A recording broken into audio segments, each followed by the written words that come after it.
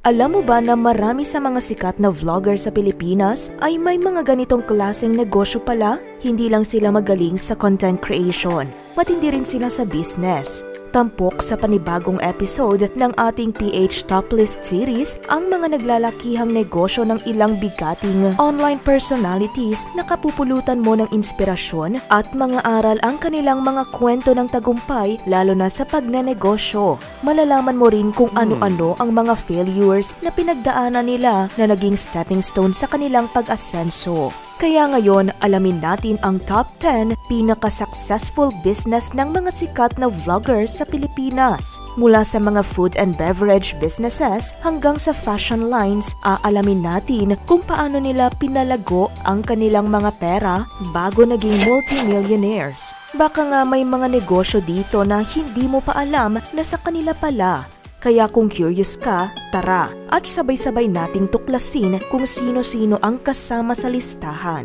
Ngunit bago ang lahat, kung bago ka pa lang dito, huwag kalimutang i-click ang like and subscribe button at i-on na rin ang bell icon para updated ka sa mga bagong videos na punong-puno ng kaalaman. Salamat agad at welcome ka dito, new subscriber. At maging sa ating growing PH Headlines community, maraming salamat po. 10. Con Cruz. Ang certified content creator na si Con Cruz, aka Modern Nanay, na isa sa sikat na food vlogger sa bansa, ay nakilala sa kanyang highly informative at nakaka-entertain na ASMR-style videos sa pagluluto at grocery hauls. Taong 2020 nang simulan niya ang pagbo-vlog para malibang ang sarili noong kasagsagan ng pandemya. Pero kahit na marami ang humahanga sa kanyang mga simple at authentic dishes, nag-aral din ito sa Center of Asian Culinary Studies taong 2022 para mas ma-improve pa ang kanyang cooking skills. Hindi nito alam na ang dating hobby lang ay magiging isa palang business. Minsan na nitong naibahagi ang recipe sa kanyang success. Lingid sa kaalaman ng iilan, nagkaroon ng meat shop business si Con at ang kanyang mister. Naging maunlad ang negosyong ito. Pero gaya ng marami, nalugi ang kanilang business dahil sa pandemic kaya nagsara ito. Sa kabila ng mga pagsubok na dinanas ng kanilang pamilya, ito rin pala ang magiging daan para sa panibagong tagumpay. Ito ay nang magsimula silang mag-venture sa real estate, partikular na sa build and sell. Nakabili sila ng property sa Malabon, Quezon City at ng farmlands sa Zambales para i-develop. Sabi ni Con, less stressful nga raw ito kumpara sa operasyon ng meat shop, kaya mas marami siyang oras ngayon bilang food vlogger. 9. Josh Mojica.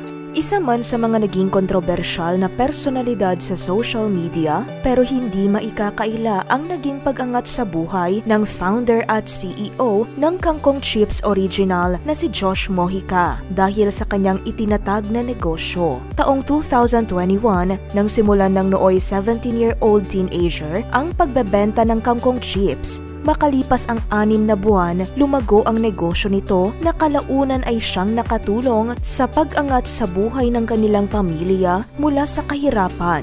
Bago ito nagkaroon ng mga empleyado, one-man team lang noon ang binata at gumigising ng maaga para magluto ng produkto. Unti-unti itong pumatok hanggang sa tuluyan itong lumago. Nakatulong din ito sa kanyang mga kaibigan sa pamamagitan ng pagbibigay niya ng trabaho sa mga ito. Lalo namang nakilala ang produkto niya nang mag-viral online matapos mapansin ni Senator Ping Lacson at nag-tweet kung gaano kasarap ang in-order nilang kangkong chips mula sa young entrepreneur. Ngayon, may sarili na itong factory, office, bahay, mga magagarang kotse at high-quality lifestyle.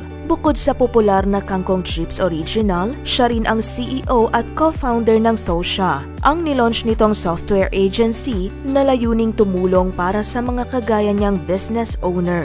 Sa kanyang YouTube vlog noong February 2025 na pinamagatang What Does Being a Billionaire Looks Like, mapapanood ang pagpapakita niya ng kanyang daily life bilang negosyante sa murang edad. Ang lahat ng ito ay patunay lamang ng kanyang sipag at diskarte sa buhay. 8. Rosmar Tan Pamulaklakin. Ang popular na vlogger at entrepreneur ay gumawa ng ingay sa social media dahil sa kanyang success story, personal na buhay at mga negosyo. Isa sa humble beginnings ng entrepreneurial journey ng content creator ay nang mag-alaga siya noon ng asong may skin condition.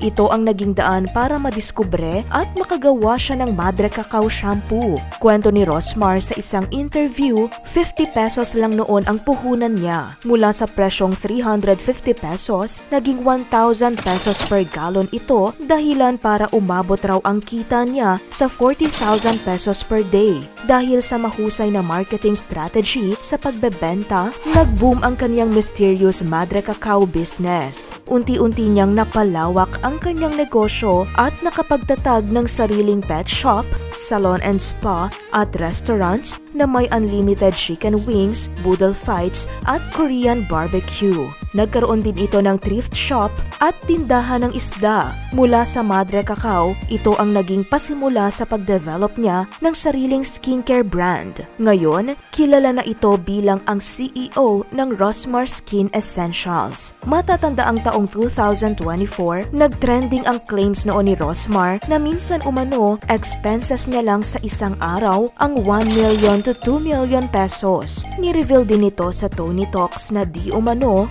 5 million pesos per day ang kinikita niya sa kanyang skincare brand at product endorsement. Pero mahina pa raw yon dahil pumapalo umano sa 10 to 13 million pesos ang kita niya kada araw noong kasagsagan na malakas ang bentahan.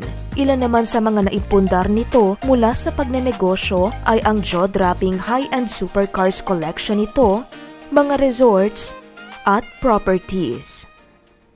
7. Frank Mendoza. Isa pang testament ng hard work at perseverance ang Filipino-Australian entrepreneur, fashion designer at founder ng MN Plus LA na si Frank. Bata pa lang exposed na ito sa business world dahil sa kanyang pamilya. Bago naging tanyag sa clothing industry, nagsimula muna ito bilang reseller na natutunan niya sa kanyang mga magulang.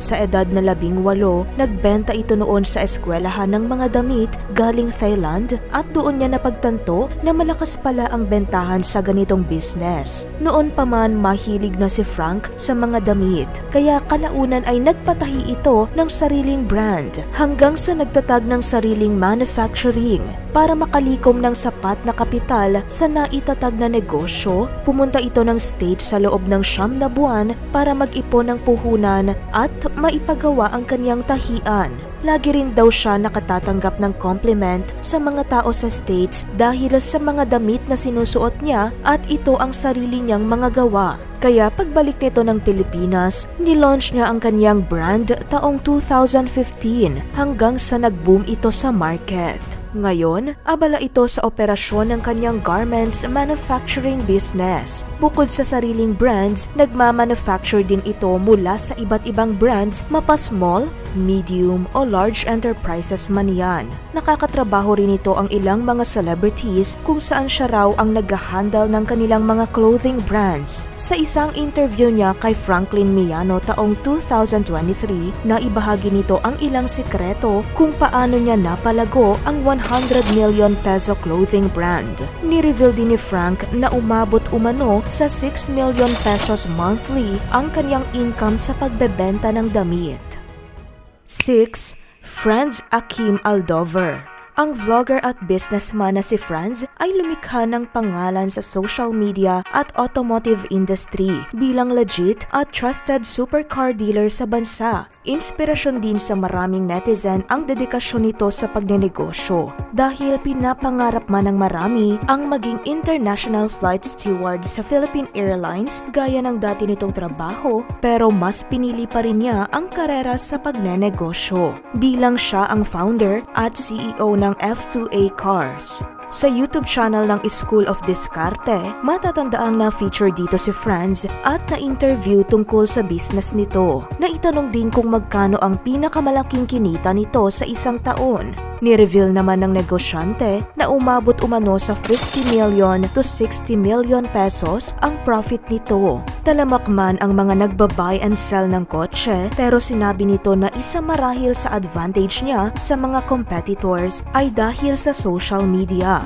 Hindi naman kaila sa mga taga-subaybay ni Franz na gumagawa rin siya ng mga vlogs, kaya noon pa man ay naitatag na nito ang pangalan ng kanyang brand na F2A. Bago rin ito mag-buy and sell ng mga sports car, iba't ibang racket din ang pinasok nito, gaya ng pag-extra sa mga teleserye, naging promodizer sa mall, nagbebenta ng sapatos, at minsan ang naging contestant ng segment na Mr. Pogi 2012 sa Eat Bulaga noong nasa GMA Network pa ito. Matatanda ang taong 2021 nang umingay din ang pangalan ni Franz matapos nitong i-post online ang ibinentang milyon-milyong first-owned sports car ng aktor na si Daniel Padilla, kung saan nabenta ito ni Franz sa netizen mula Pampanga sa halagang 6.5 million pesos. 5.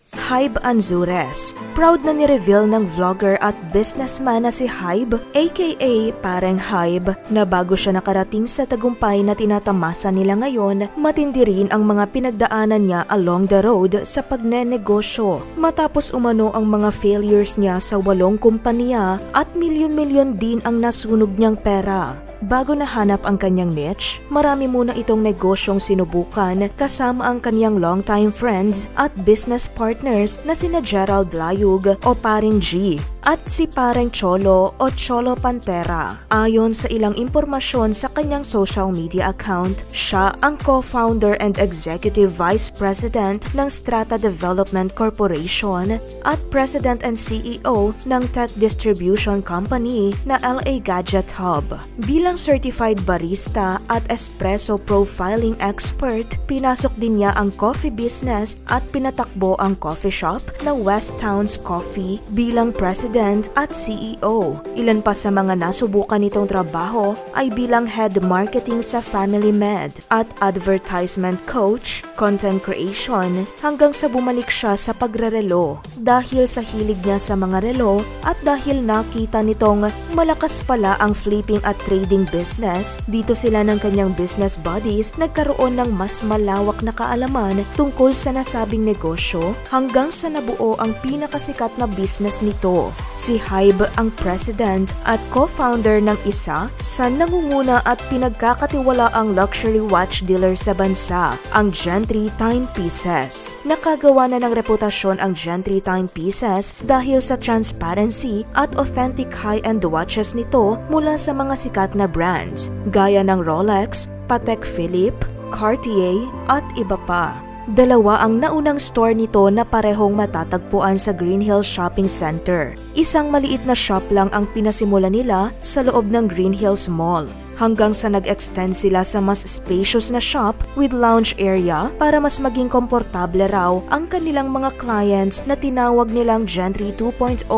Bukod sa dalawang naunang store, nag-expand na rin ang Gentry Timepieces kung saan sinimulan ang construction nitong taon sa isang prime location sa BGC. Dahil sa mas dumarami nilang kliyente, ipinapagawa nila rito ang mas malawak na store, mas pinaganda at with luxury experience. Hindi rin maikakaila na ang grupo ni na Pareng Hybe ang isa sa mga influential ngayon at nagbukas sa isip ng mga Pinoy, gawa na rin ng mataas na viewership nila sa social media na mangarap at magkaroon ng luxury watch at higit sa lahat, makadone deal ang grupo nito. 4. V. Cortez at Kong TV. Maraming netizen ang bumilib sa tandem ng power couple na ito, hindi lang bilang tanyag na vloggers kundi bilang mga negosyante rin. Nagsimula sila sa payak na pamumuhay hanggang sa maging isa sa mga pinakatanyag na content creator sa bansa na may milyon-milyong subscribers sa YouTube at followers sa Facebook, IG at TikTok. Ngayon, owner na rin sila ng multiple businesses. Mula sa puhunan na 10,000 pesos ni V ay nakapagtatag at naging CEO ng V-Line Group of Companies, kung saan under nito ang V-Line Cosmetics, V-Line Skincare, V-Line Media Group, V-Line Print at iba pa. Si Kong TV o Lincoln Velasquez na siyang bumuo sa Team Payaman ay nag-invest din sa mga negosyong gaya ng Kong Clothing, automotive dealership na Wheels on the South at authorized regional distributor ng V-Line Skincare. Nag-venture din sila sa food industry at kumuha ng franchise ng Don C, T-Talk, Big Roy's Boodle Fight at partnership sa King Sisig at Bulalo World kung saan sila ang endorsers at stockholders. 3. Alodia Gosheng Fiao.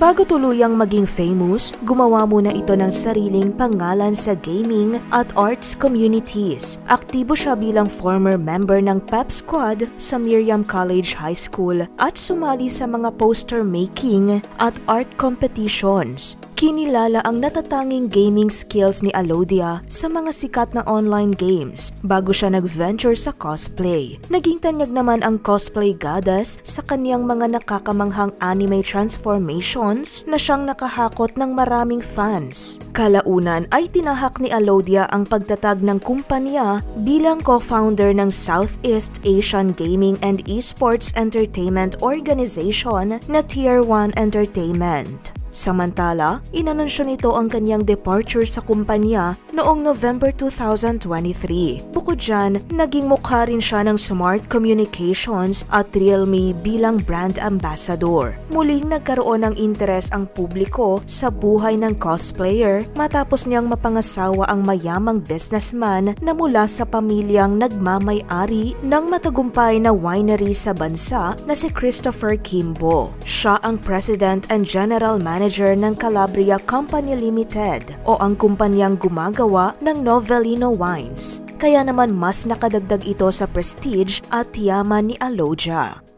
2. Glenda de la Cruz.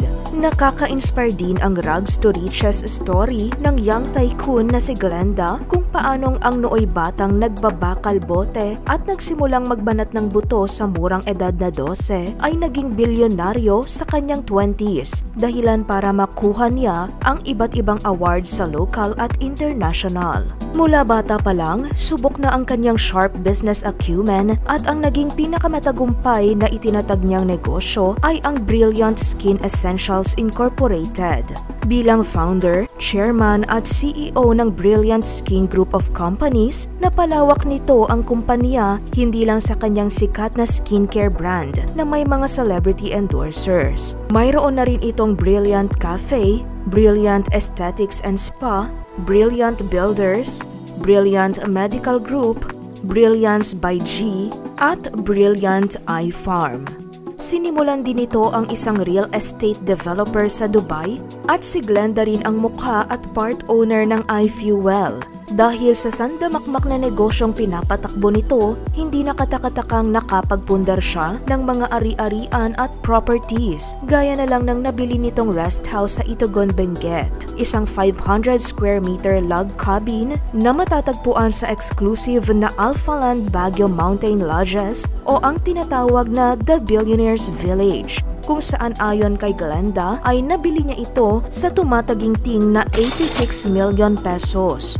Maliban dito, matatanda ang taong 2023 nang ibahagi rin ni Glenda sa social media ang videos niya sa pagpapakita nito ng mismong lokasyon at progress sa construction ng kanyang Brilliant Boutique Hotel and Spa sa Malaysia. At sa kasunod na taon, ipinakita nito ang ilang mga larawan ng napakagarang Brilliant Boutique Hotel and Spa na siyang binuo niya sa tulong ng sarili nitong construction firm na Brilliant Builders. Inanunsyo rin ni Glenda ang naging opening ng hotel and spa noong July 14, 2024. 1. Small Laude. Marami ang aliw na aliw sa mga nakakatuwang YouTube vlogs ng socialite, entrepreneur at vlogger na si Small dahil sa pagiging sassy, classy at good vibes sa kabila ng hindi maikakailang karangyaan ng pamilya nito. Nagmula rin si Small sa pamilya ng mga negosyante na may pag-aaring mga business mula sa garments exportation, rice milling, hanggang sa rice trading, kaya masasabing noon pa man nagsimula na ito ng may masaganang pamumuhay. mas naging prominente pa ito nang mapangasawa niya ang business mogul na si Philip Laude, kung saan ang pamilya nito ang nagmamay-ari ng Candyman, ang popular na confectionery company sa likod ng mga sikat na candy gaya ng Candy Mint, White Rabbit at Viva.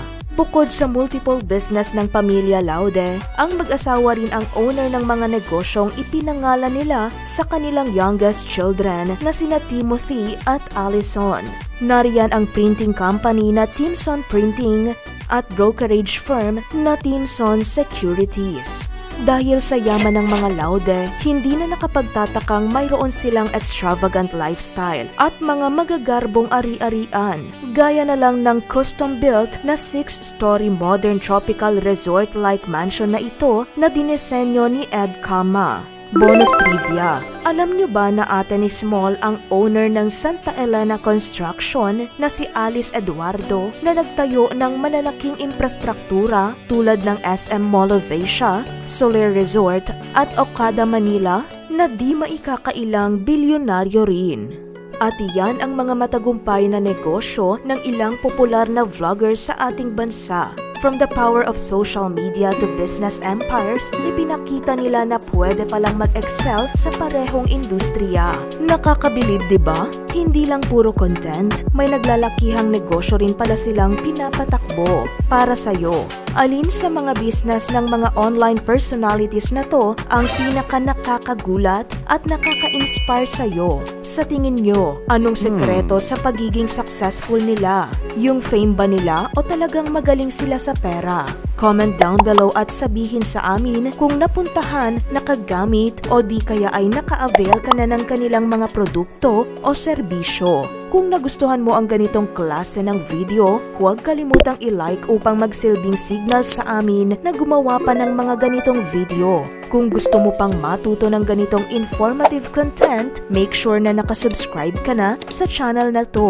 I-click na rin ang bell icon dahil ito ang pinaka-the best way para masuportahan ang ating munting channel. At dyan na muna nagtatapos ang ating video. Hanggang sa susunod nating talakayan.